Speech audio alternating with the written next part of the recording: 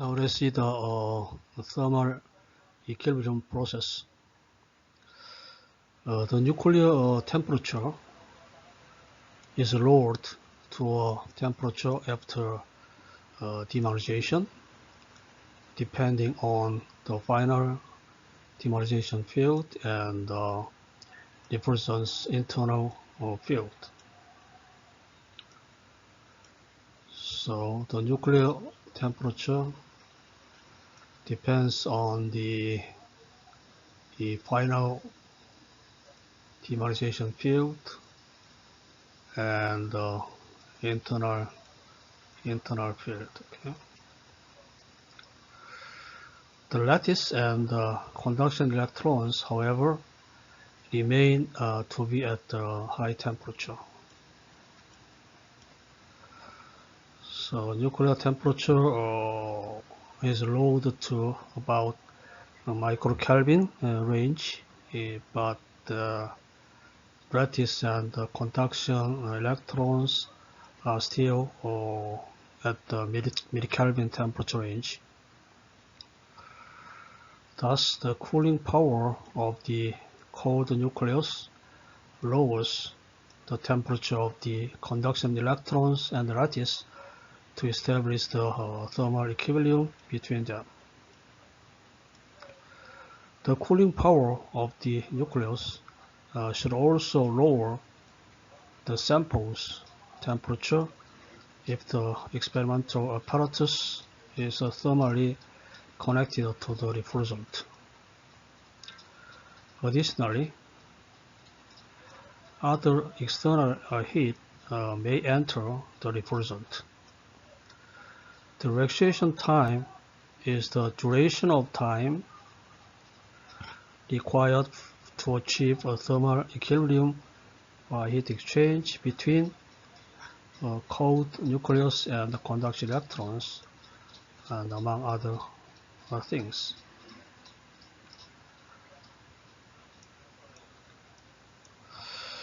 Conduction electrons, lattice, and nuclei. So conduction electrons, lattice, and nuclei make up the refrigerant material. It is therefore possible to consider the three relaxations, namely those between nuclei, between conduction electrons and lattice, and between lattice and nuclei. So we can consider three different relaxations. The relaxation of nucleus-nucleus interaction is known as spin-spin relaxation. And regardless of temperature, its relaxation time in metals is about millisecond. So very fast relaxation. Thus, the thermal equilibrium between nuclei is thus quickly established. Okay.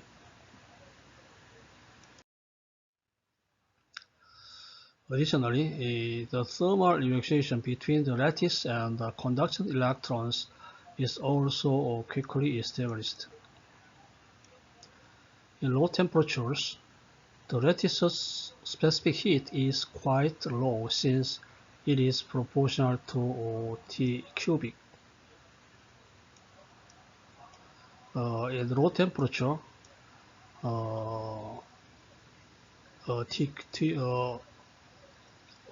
T cubic is very small number, so therefore even a small amount of heat from the conduction electrons to the lattice may greatly affect the lattice temperature.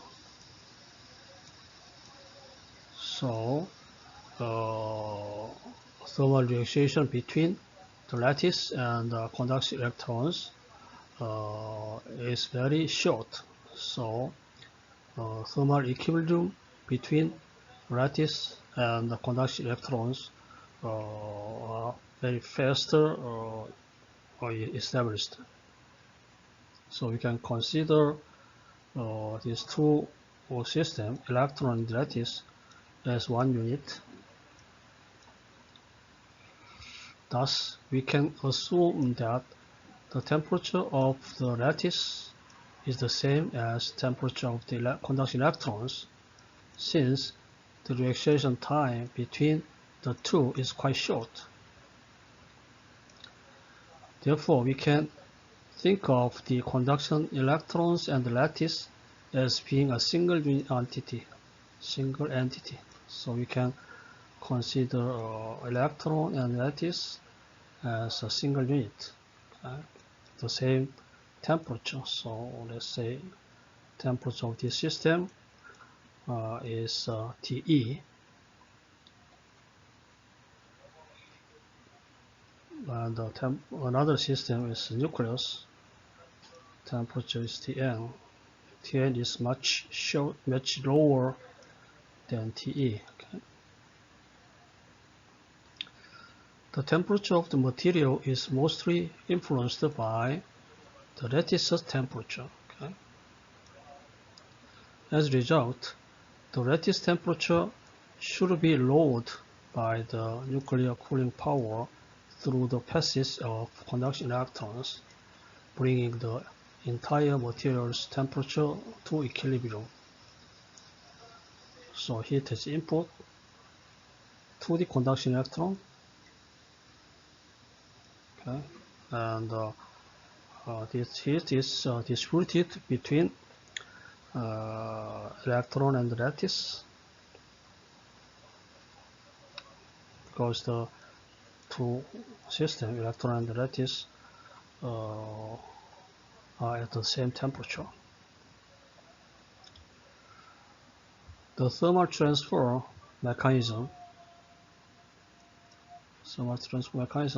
can therefore be represented as in this figure. The temperature of the nucleus system is Tn, which is lower than the temperature of the conduction electron lattice system, Te. The conduction electron lattice system, along with others from the sample, transfer the heat load Q dot to the nuclear system. Okay.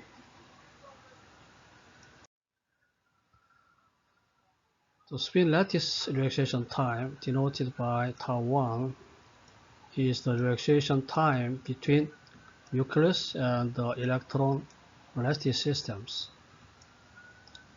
As a result, the rate at which nuclei reach thermal equilibrium is inversely proportional to the spin lattice relaxation time, and is therefore related to 1 over tau 1. Okay.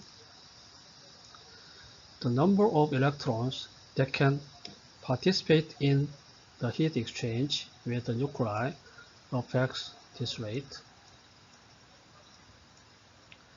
The number of these electrons is proportional to the temperature of the conduction electrons Te, and they should be close to the Fermi energy level. As a result, the rate at which nuclei approach thermal equilibrium with the electrons is given as this equation. So this equation means the inverse of spin lattice relaxation time, 1 over T1, is the rate of the so rate at which nuclei reach thermal equilibrium is proportional to the inverse of the spin lattice reaction time, 1, and the number of electrons that can participate in the heat exchange with nuclei affects this rate, and the number of these electrons is proportional to the temperature Te, electron temperature Te. So you can have this kind of relationship. Consequently, the thermal equilibrium rate of nuclei is determined by this equation, because 1 over tau 1 is proportional to T, so we use the proportionality constant kappa as Coringa constant. So we can have this equation, which is known as the Coringa law. The Coringa constant kappa is referred to as Coringa constant, which in metals has order of 1. Since this spin lattice relaxation time is fairly large, below millikelvin temperature, the thermal equilibrium between nuclei and electron this process lattice. So we will not mention the lattice later, but if we call electron system, that means electron plus lattice systems. So the thermal equilibrium between a nuclei and electrons plus lattice system take a long time to establish.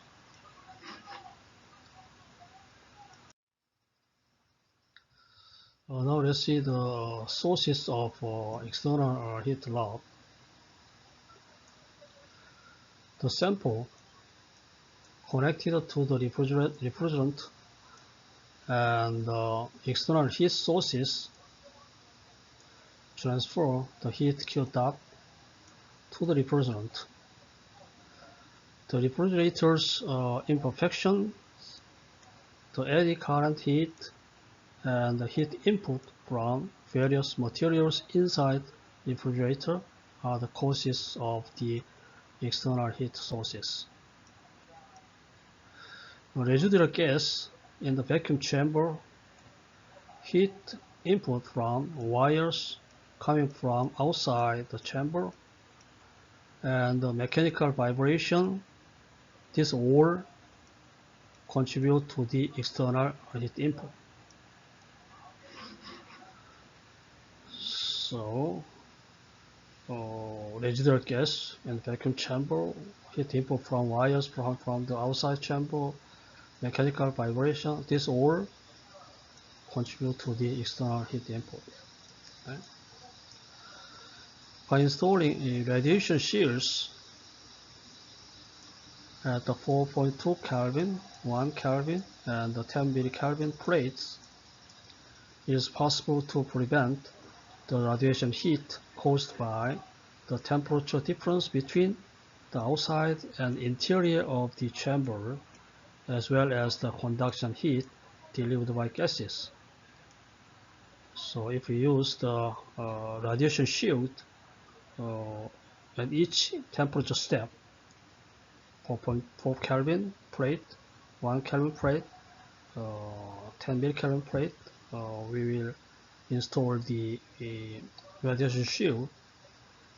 Then that radiation shields prevent this outside heat from coming into the refrigerant. The radio frequency heat input can be avoided by placing all experimental equipment in a radiation shielding room and twisting and then putting all wires. We twisted all wires and put that in the into the metal tubes. Then we can avoid the RF heat input. By installing the experimental setups in a building's basement or mounting them on an anti-vibration device will help reduce the mechanical vibration of the building as well as the external sound. So to avoid the mechanical vibration, it's better to install the equipments on the basements and also mounting the equipments on the anti-vibration device. The vibration heat from vacuum pump pipes. So vacuum pump pipe is vibrating, so that kind of vibration heat from these vacuum pump pipes can be decreased by passing them via sandboxes, and sandboxes is also fixed to the heavy object. So in this way, we can avoid the vibration heat from the vacuum pump pipes.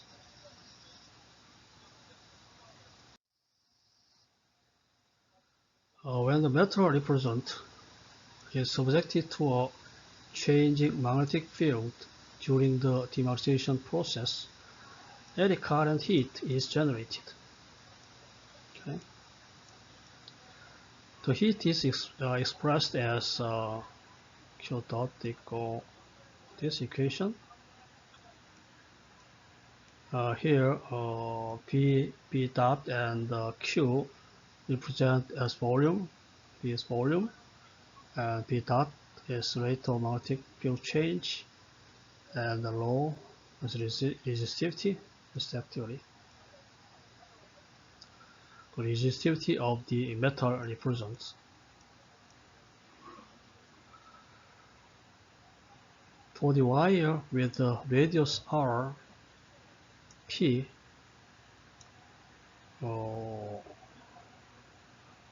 this P is given by R square over 8. So R is the radius of the wire. So if we use the wires with a small diameter, then the value of P will be decreased. Thus, we can reduce the eddy current heating Q dot. Okay. So, by using a bunch of small wires with a small radius as the refrigerant, then this eddy current heat can be reduced because P will be reduced. This P will be reduced. So if you use the wire with a small diameter, then the value of P will be reduced. So consequently, Q dot, the eddy current heat, is reduced. So we use the bunch of small wires as refrigerant. Experimental research has shown that this eddy current heat is not especially serious. Okay. When the temperature inside the refrigerator changes, materials utilized in the refrigerator produce internal heat. So the temperature changing, then material utilized in the refrigerator produce internal heat, okay, which is heat that changes over time. Okay. For example, when the ortho or para conversion takes place, the H2 gas, hydrogen gas inside the material produces heat. Okay. So in most of the metal or material, there is some hydrogen gas inside, and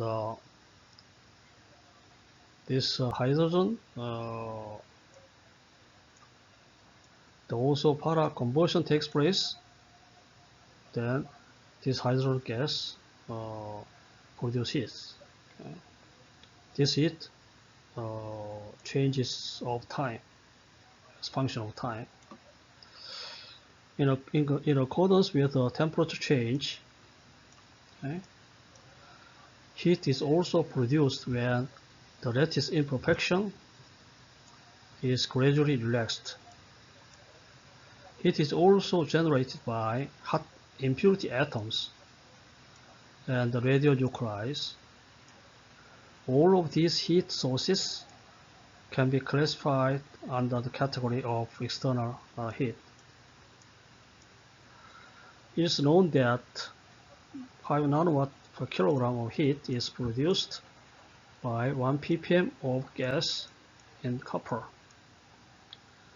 By heating copper up to just below its melting point in a vacuum, it is possible to reduce the amount of hydrogen gas in the metal to 0.01 ppm. So 100 of the hydrogen gas can be reduced by heating copper up to just below its melting point in a vacuum. Therefore, heat produced by hydrogen gas can be decreased by this number.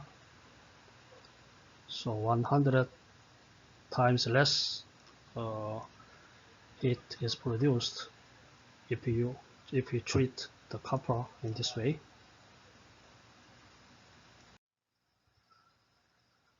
By structural relaxation or de-excitation, non-crystalline materials such as quartz, glass, organic materials, and epoxy generate heat. So these materials, quartz, glass, organic material, epoxy, generate heat by structural relaxation or de-oxidation, de-excitation, or non-crystalline non-crystalline material. This material generates heat by structural relaxation or de-excitation. Okay?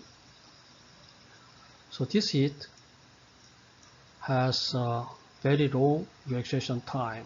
Therefore, it is preferable to avoid using these materials in order to prevent this heat and use Teflon, graphite, and L2O3, which are known to produce no such heat. So it's better to avoid these materials. Instead, we can use Teflon, graphite, and alumina, which are known to produce no such heat. As temperature decreases, materials with high specific heat but poor thermal conductivity, such as wires made of constantan, manganese, or beryllium copper, slowly release the heat that was stored at high temperature. So these wires, constantan, manganese, beryllium copper wire, these materials has high specific heat and poor thermal conductivity, and this material release heat as temperature is lowered. Okay. So heat was stored at high temperature, and this the heat is released as temperature decreases. Therefore, it is preferable to utilize materials with well-known properties to prevent this heat. Okay. By using the above described prevention techniques and the rigorous designs, the external heat can currently be decreased to 0.1 nanowatt. Okay. So we can greatly reduce the external heat by various prevention techniques described above.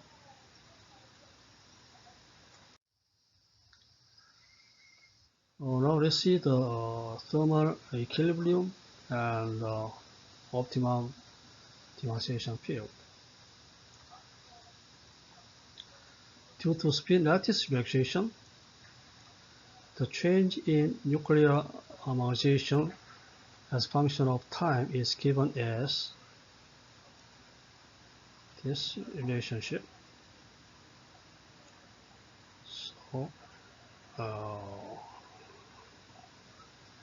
M is margination, nuclear margination. So that's the changing due to the spin lattice relaxation time.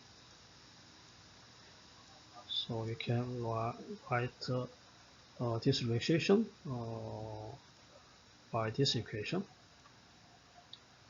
Here M0 stands for the equilibrium margination, and tau1 the spin lattice relaxation time. This equation can be written as this way. If you use Curie laws, m equal proportional to 1 over temperature Tn, and m0 is equilibrium, this equilibrium margination is proportional to inverse of electron temperature. So we can write this equation like this using the Curie laws. Through the spin lattice relaxation time, this equation provides the relation between the nucleus and the conduction electron temperatures. So nucleus temperature and electron temperature. These two temperatures are related by this spin lattice relaxation time. Okay. The spin-spin relaxation time required for the thermal equilibrium between nuclei is typically shorter than the spin lattice relaxation time T1 required for the thermal equilibrium between the nuclei and the conduction electrons plus lattice, right? The two temperatures of the nucleus and the conduction electrons were thus separated. Okay.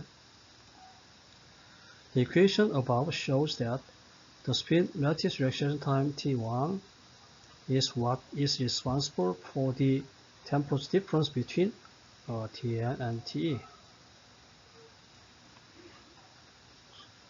So T1 is 0, then two temperatures will be the same. But we have finite spin lattice relaxation time. The temperatures of nucleus and electron plus lattice temperature are different, so we can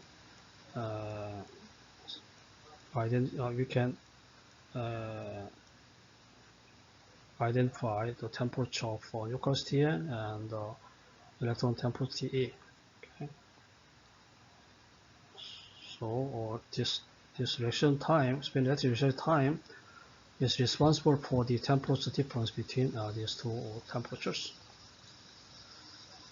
By using Coringa's law, this law we already discussed, the following relation is obtained. So if we put this here, okay, instead of tau1, kappa over T is inserted here, then you can have this equation, and the 1 over Tn you can differentiate, then finally you can get this kind of new equation.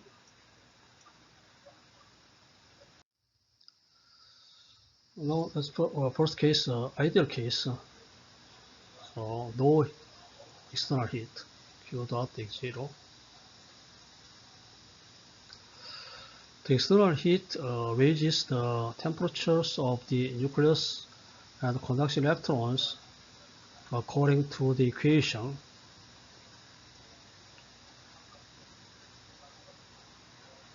if external heat Q dot is given, then electron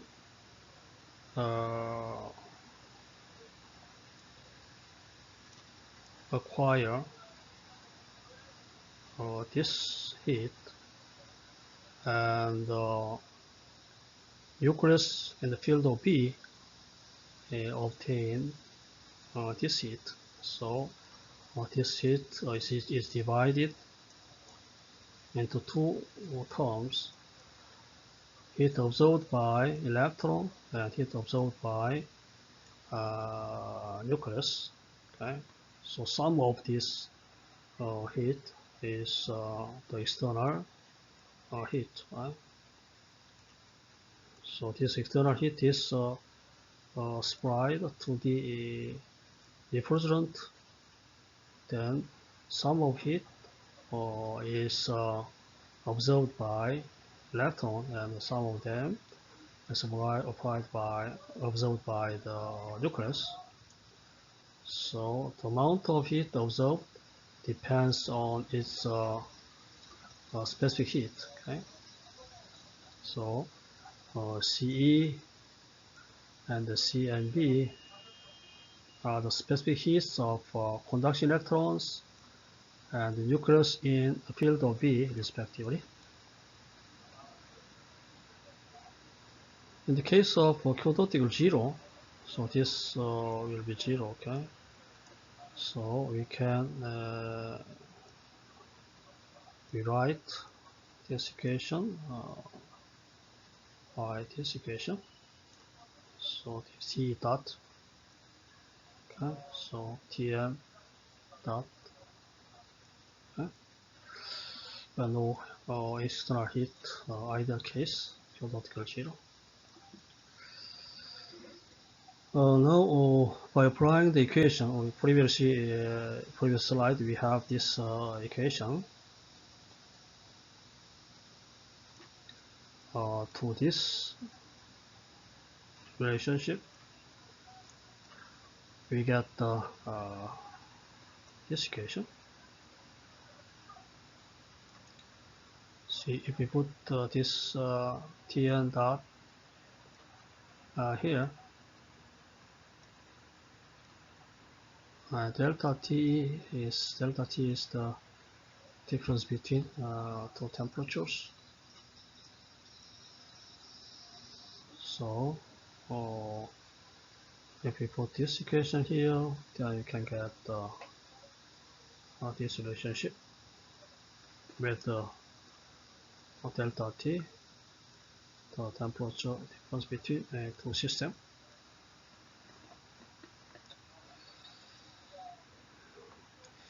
Now we will obtain the relationship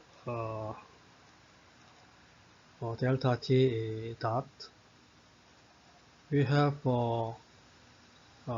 delta Tn here, delta Te here, okay? No delta T, Te, Tn dot, your dot is here, Tn dot, and T dot is here.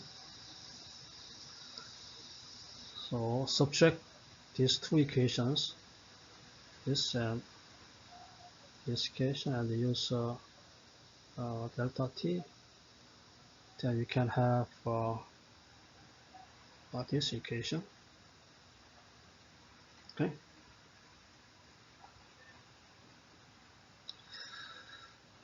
Here K A prime is related to C and CMB and copper in this way. So we just subtracting two equations, this one, so this one here. Okay. So subtracting these two equations, we can have this equation. So delta T dot is the rate delta T dot at which Tn and Te equivalent in ideal adiabatic deionization process with no external input is given by this equation.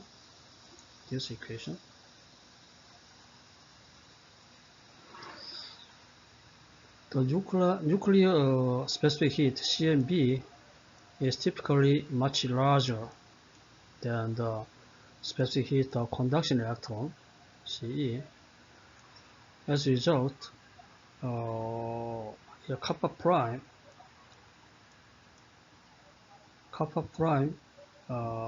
will become lower than copper. Okay? In other words, copper is proportional to reaction time tau. Therefore, we can write this equation to this form, and this tau prime, the effective reaction time, we call effective reaction time, which is substantially less than tau 1.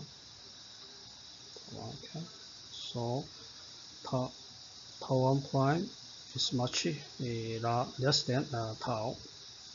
So tau 1 prime we call effective reaction time, and tau 1 is spin lattice reaction time. So effective reaction time is much less than tau 1. So that means that reaction time is lowered. Okay. So as a result, if we solve this one, we can have this exponential form. Kappa prime is low. That means as time goes on, the temperature delta T, temperature difference between electron and the nucleus, rapidly become 0. Okay. So 0 means that two temperature become the same. Okay. So as a result, while the temperature of conduction electrons rapidly approach the nucleus temperature, the temperature of the nucleus remains essentially unchanged. So, ideal condition, there's no heat input, then the spin lattice reaction time, the effective spin lattice reaction time is reduced, becomes very small. That means reaction time becomes very short. So that means it takes less time to be equilibrium between nucleus and conduction electron. So the temperature of the nucleus remains unchanged, but the conduction electron temperature is very fast approach to the nucleus temperature. So that is the result in the case of the Q total 0.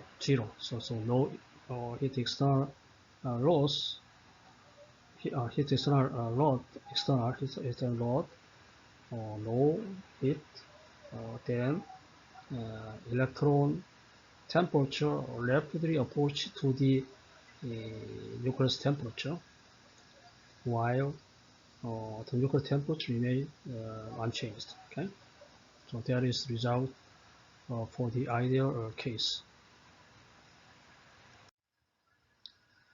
Now let's see the Q dot is non-zero, the general case.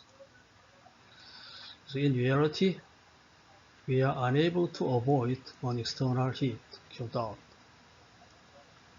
This heat is first absorbed by conduction electrons and lattice, which results in a significant temperature difference between Tn and Te. So if external heat is supplied to the refrigerant, then this heat is first absorbed by the conduction electron plus lattice system, and then that heat is transferred to the nucleus. Therefore, there are significant temperature difference between nucleus and electron temperatures. Okay? In fact, this heat Q-dot is the amount of heat that the nuclei can absorb per unit time. That's cooling power. So that is actually represents cooling power of the refrigerant. The change in temperature Tn, nucleus temperature, and electron temperature caused by this heat, this Q dot, expressed as we already saw this equation. The above equation can be rewritten as this relationship, since the specific heat of the conduction electrons is significantly lower than that of a nucleus. So, compared to this term is very small, so we can neglect this term. So we can have this equation, Q dot equal Tn dot, this one. Okay. Now, due to the small nuclear magnetic moment UN, so UN is very small. So you already saw the entropy of the free nuclear dipole moment. So that entropy expression was already given in the previous lecture. So μn is very small, then the entropy of nucleus is roughly approximated. In this, we can express for this case, for small nuclear magnetic moment case, we can express the approximate. Actually, this entropy is given by this equation for x equals very small. So μn x is given by this function. So very small μn means x equals very small. So in that case, entropy of the nuclear dipole system is given by this equation. Now here, specific heat of nucleus is obtained by this equation.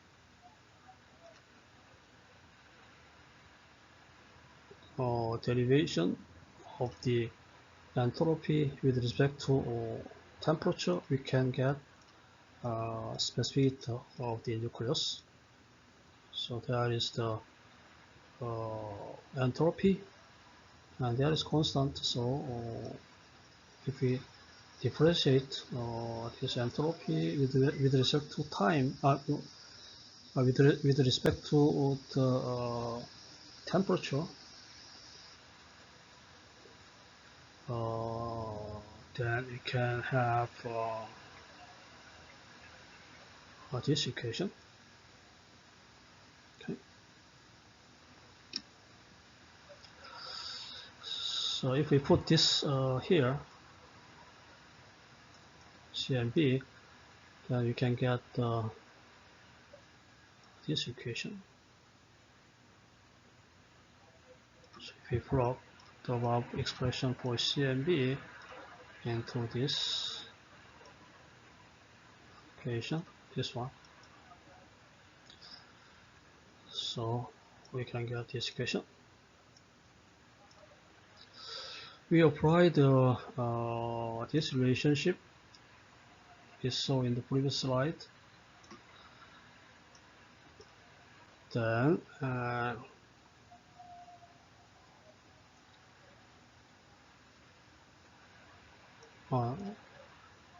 in here, so this relationship is the same as this one, and this relationship is used in last step here. So Tn dot, instead of Tn dot, we put this relationship here, then we can get this expression. Okay. According to this relationship, a refrigerant material has large cooling power. Q dot is cooling power. Okay. Q dot is cooling power. If its spin lattice relaxation time is shorter, so spin lattice relaxation time is proportional to the Koringa constant here. So this Koringa constant is less, then we have large cooling power. Okay, so refrigerant material has a large cooling power if its spin lattice relaxation time is short. Okay, and also if the material has a high Curie constant, then the cooling power become large. Okay, because here lambda n is given by this equation. So high Curie constant is related to the lambda n. So if the material has the high Curie constant, we can have the large cooling power, kilowatt.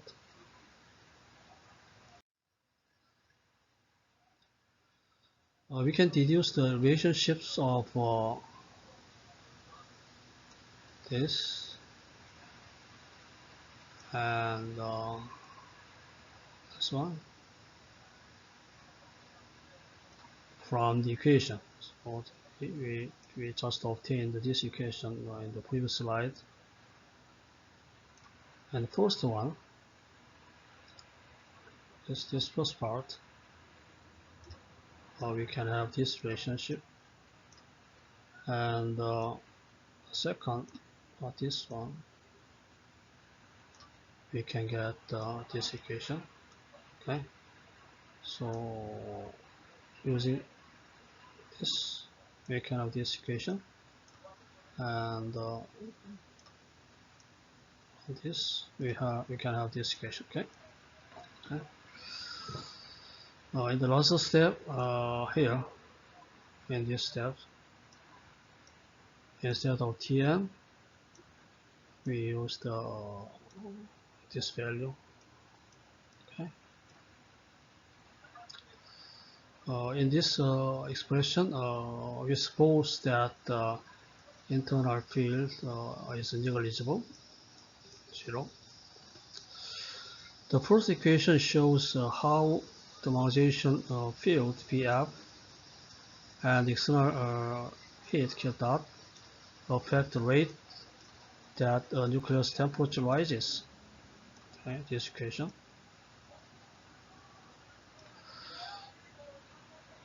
Pf and Q dot is related to the nucleus temperature's rate, okay, increasing rate. Okay. The second equation indicates that less external heat and a smaller Koringa constant are needed for the temperature of conduction electron to quickly approach the temperature of the nucleus. So this is electron temperature and nucleus temperature. And if you see this equation, if the less external heat, so that's small external heat, and smaller Gaussian constant, the smaller Gaussian constant, then this term will be negligible. So TE it becomes you can see here also. Okay. So small Gaussian constant and a small external heat, then this term will be negligible. So TE is equal to Tn, here the same as Tn. So if we have the less external heat and the smaller Gaussian constant, then the temperature of electron will approach the temperature of nucleus very fast. So this equation tell this behavior. Let me say again. If the refrigerant has a smaller Gaussian constant and the external heat, small external heat, then the temperature of electron will approach the temperature of nucleus very fast. Okay, so this equation tells this behavior. So the second equation indicates that less external heat and a smaller Gaussian constant are needed for the temperature of conduction electron to quickly approach the temperature of the nucleus. Okay. These requirements are the same as those for the refrigerant with a large cooling power. Okay. We can get low nucleus temperature with low denunciation field VF using this equation. Okay.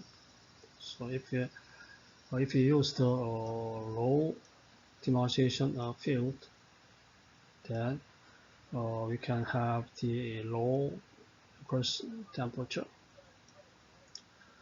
But as you can see from the expression for the conduction electron temperature TE, it rises for low modulation field VF. So VF is small here in this expression. VF is small,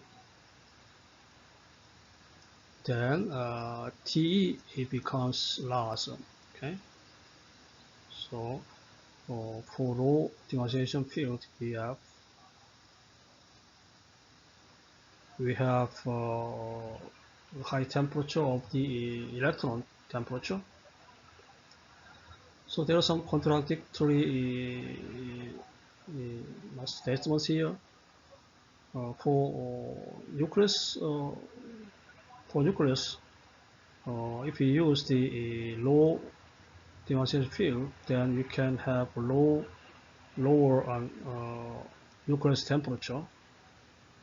But in the case of electron, if we use a low denunciation field, then the difference between electron temperature and nucleus temperature is become larger. So there is some contradiction there. So it is undesirable that temperature difference between the nucleus and conduction electrons widen. Okay. So optimal field, final field. Final means denunciation field. The optimal field is required.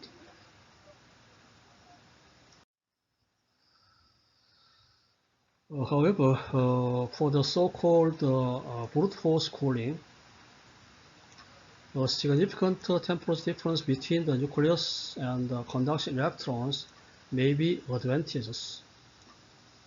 This cooling technique's main object is to lower the nucleus temperature for the research of the behavior of the nuclei at low temperatures.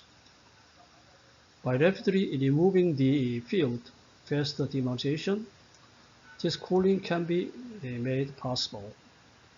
The nucleus temperature can then be significantly lower. The spin lattice relaxation time is very long. Thus, the nucleus stays at this low temperature for a considerable amount of time. Thus, it is possible to research the nuclear magnetic properties at this low temperature. However, the majority of deionization refrigerators reduce the refrigerant temperature to that at which the nucleus and the conduction electrons are in equilibrium, so that they can examine the physical properties of the sample that is linked to the refrigerant at that low temperatures. So most of deionization refrigerators, we need equilibrium temperature.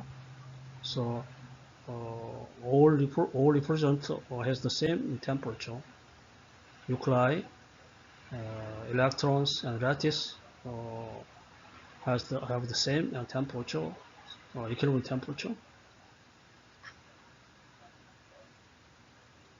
So large temperature difference between nucleus and the conduction electrons in these refrigerators are undesirable because they increase the time needed for the thermal equilibrium between the two systems, electron and electron plus lattice and nuclear system, so two systems. So it takes much time needed for the thermal equilibrium between these two systems. So that's the temperature difference, large temperature difference between nucleus and conduction electrons is not desirable. So too much external input raises the refrigerator's final temperature during this prolonged equilibrium time. Okay. So we need an optimal deionization field. The optimal deionization field should be used so that the temperature difference between the nucleus and the conduction electrons is as small as possible. This optimal field can be obtained by differentiating the electron temperature with respect to the deionization field. So 0. Here TE was given by this expression. So we differentiate this electron temperature with respect to the deionization field PF. Then optimal field can be obtained as this relationship. Okay. The minimum conduction electron temperature is given by this optimal temperature. We put this here. Then we have this equation. So according to this relationship, the electron temperature T can be twice as high as the nucleus temperature if the optimum field is used. Okay? So there's optimum conditions to reduce the spin lattice research time. That means the time needed for thermal equilibrium between nucleus and electron and lattice systems. The actual final temperature T minimum is a little higher than that predicted by above equation, since the deionization process with an external heat is no longer adiabatic or reversible. So actually actual temperature of electron will be slightly larger than this value. Okay.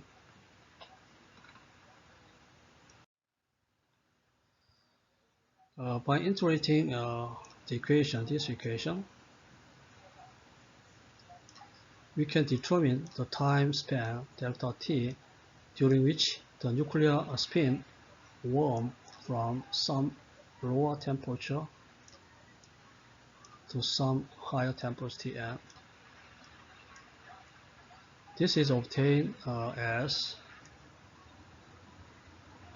this relationship.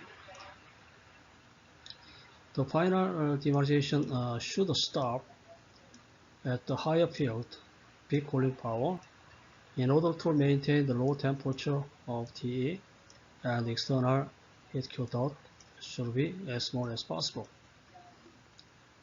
So if we use this equation, the thermal equilibrium between the conduction electron and the nucleus is achieved as a function of time for two different external heats.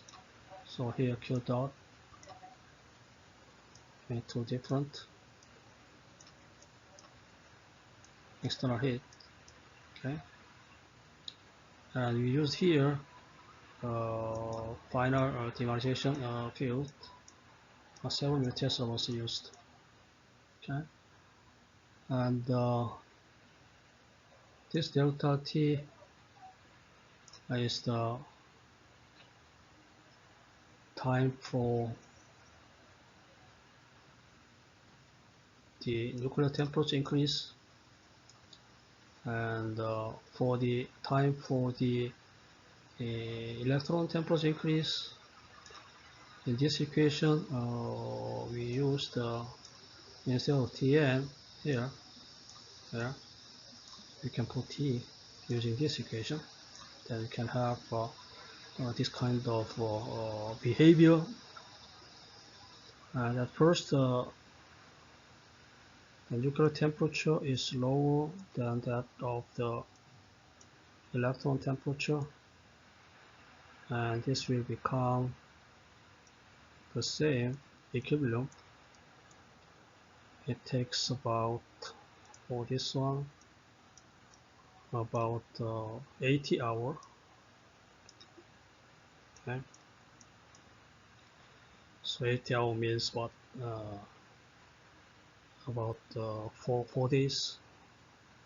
The two temperatures will become the same. For 100 picowatt per mole external input, but for a little higher, twice of that, that it is about 160 hours only is required to for equilibrium. Okay, so in this way, if the demarcation process is finished, then the temperature of the nucleus and electrons are different. Then for external heat is input to the refrigerant, or then after the reaction process, the temperature will become the same. But as can be seen here, we need significant time for this equilibrium. For 100 picowatt case, it takes about 4 days, and 50 picowatt case, we need about 7 days for thermal equilibrium.